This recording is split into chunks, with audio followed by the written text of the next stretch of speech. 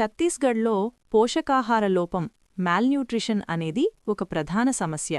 దీనిని పరిష్కరించడానికి ఐఏఎస్ అధికారిని చందన్ సంజయ్ త్రిపాఠీ గారు ఎంచుకున్న మార్గం అందరినీ ఆశ్చర్యపరిచింది. ఆమె స్థానిక మహిళా సంఘాల ద్వారా పోషకాలతో నిండిన మోదకాలను తయారు చేయించి గర్భిణీ స్త్రీలకు మరియు చిన్నారులకు అందించారు. సాధారణంగా ఇచ్చే మందుల కంటే సంప్రదాయ ఆహార రూపంలో పోషకాలను అందించడం వల్ల మహిళలు వీటిని ఎంతో ఇష్టంగా స్వీకరించారు. ఈ వినూత్న ప్రయోగం అద్భుతమైన ఫలితాలను ఇచ్చింది. ఈ పద్ధతి ద్వారా ఆ ప్రాంతంలో తక్కువ బరువుతో పుట్టే పిల్లల సంఖ్య ఏకంగా 57% తగ్గింది.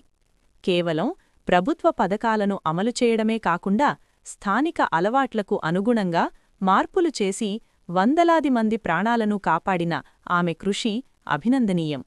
ఇలాంటి అధికారుల చొరవ వల్లనే సమాజంలో నిజమైన మార్పు సాధ్యమవుతుంది.